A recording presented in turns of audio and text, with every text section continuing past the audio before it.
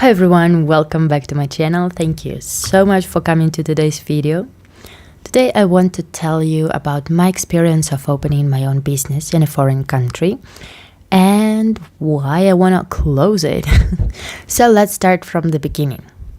How it all started. It all started with just a simple idea, with just one sentence that my husband told me. So when I moved to Chile, I had a baby here. And obviously, first time mom, and plus I expected in Chile to have everything in the stores.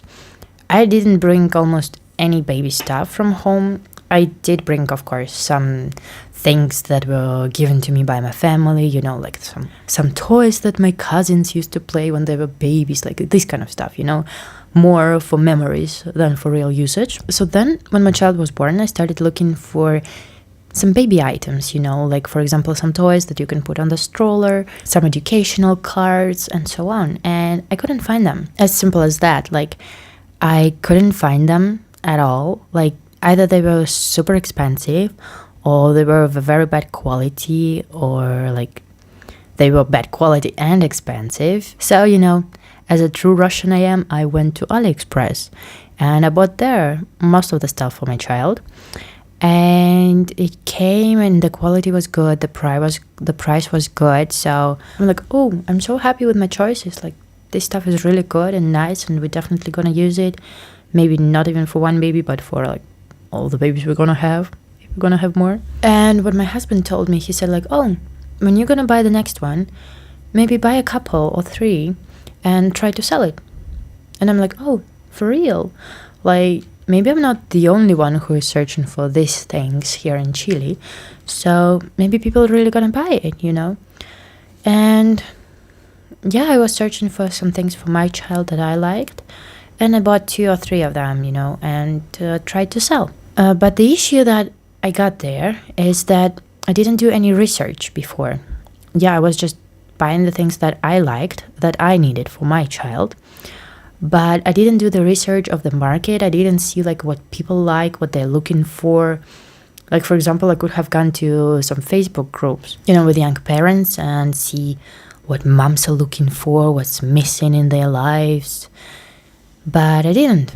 And I really wish I had done it, because honestly, now almost 2 years after I have opened my store, and I still have some items that cannot be sold that I bought at the beginning. So I still have it's basically a couple, 2 or 3 things that I couldn't sell, and I still have them for 2 years. And there were some other things that I had to sell super cheap, just because nobody would buy them, and I really could use some space for the new products. So yeah, I really wish I had done my research beforehand, because now 2 years later, what I understood is that people here in Chile, they don't really look for educational things for the children. They don't look for this, for example, black and white cards for babies to keep them motivated and stuff. They don't need it. Most of the people here, they treat their babies like dolls, and they really try to keep their children as long as possible, to keep them dependent on the parents. And it's really strange, but it's the way it is here, the culture. I'm not gonna come here and say that the whole country is living wrong, obviously, but it's just one of those things that I didn't know when I came here, and I didn't do my research. So obviously I got left with a lot of things that nobody wants. And what I understood now is that I need to actually buy toys, not for babies, but for children 3-4 years old and further, to get my business going. Toys from Frozen, Mickey, cars, this kind of stuff. So yeah, if you're planning to start a new business, especially if you're planning to start a new business in a place that is new for you too, a new country, a new city, a new environment, then definitely do your research. It's gonna save you just so much time and money. The next step that I did was creating my media accounts, because obviously, like, how am I gonna sell? That was my next question. So here I already did a little bit of the research. Yeah, like, it's like, oh, well done. And I realized that here there are two places where people tend to buy things from, little companies like my own.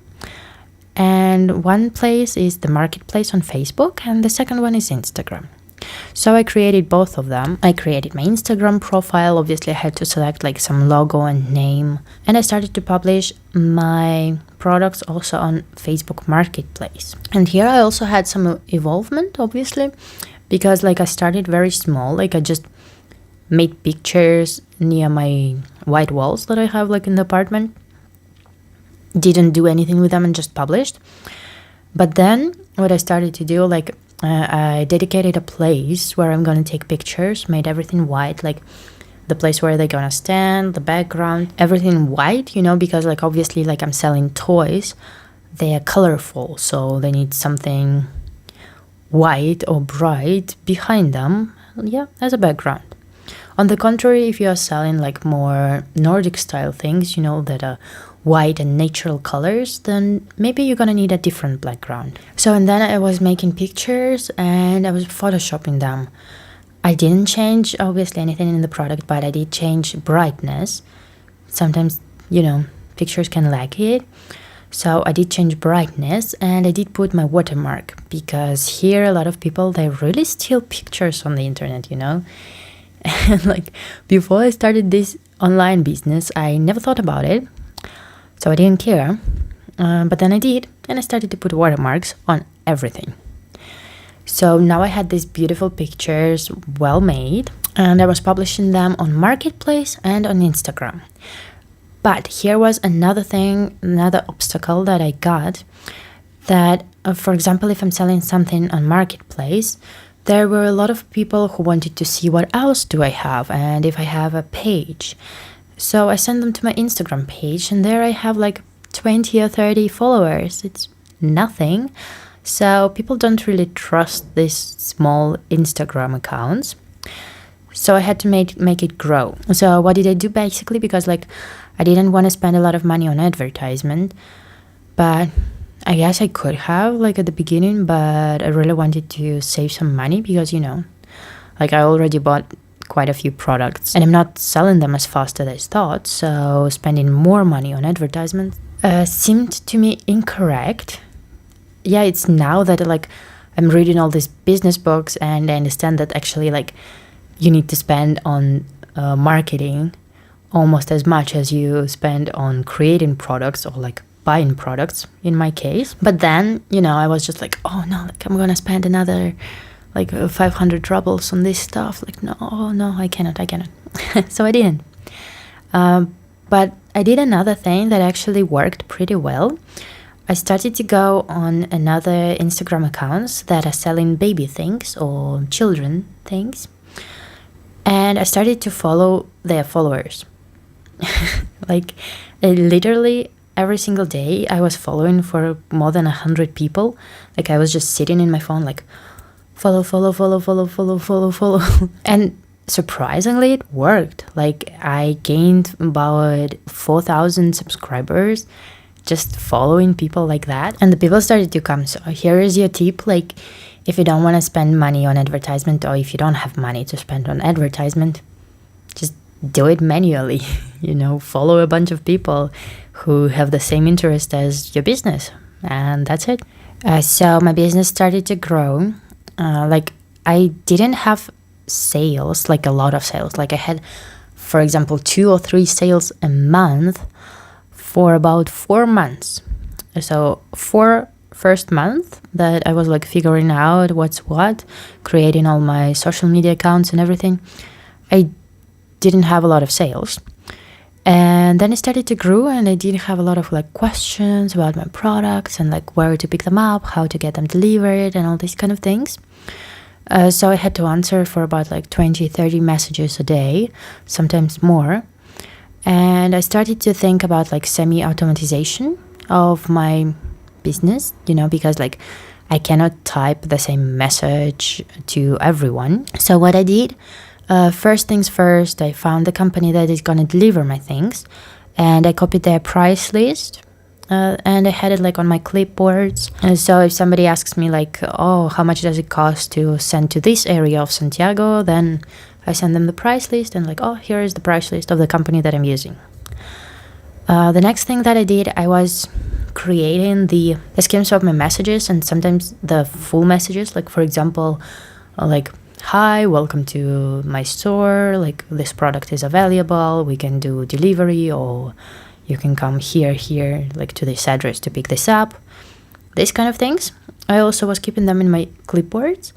And the other was like asking for information for delivery, or like telling them like when and where can they pick them up. You know, like these kind of messages that you're using every single day when you talk to clients.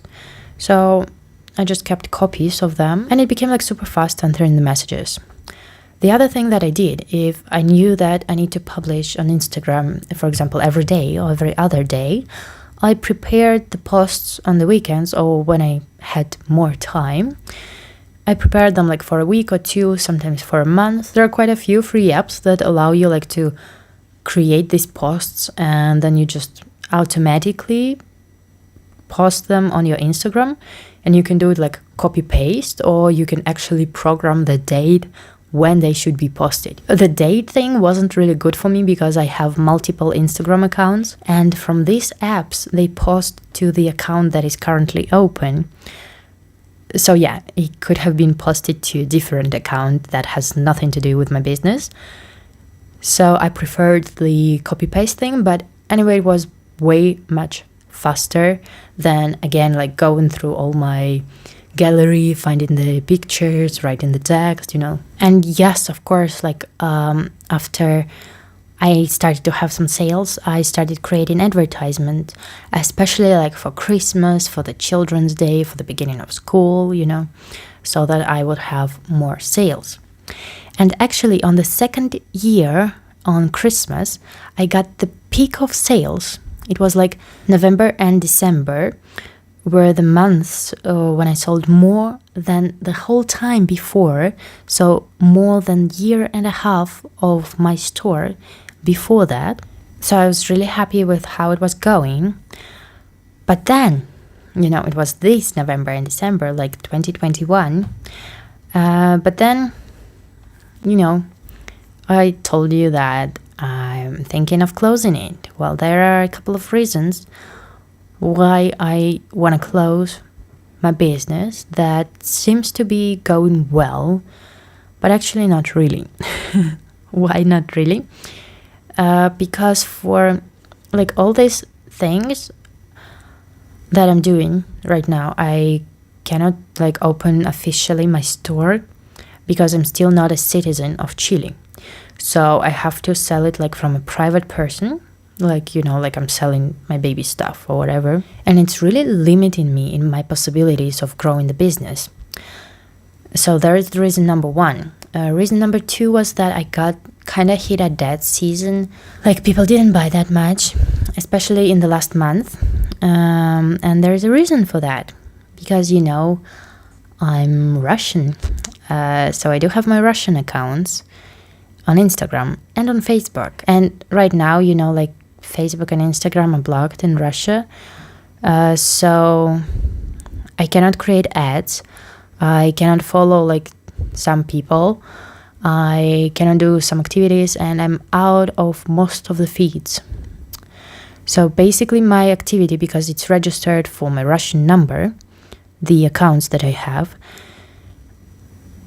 is very, very, very limited, like extremely limited. Like there are fewer people who see what I post. Like it's impossible for me to create an ad right now because, you know, all the ads are prohibited for Russian users.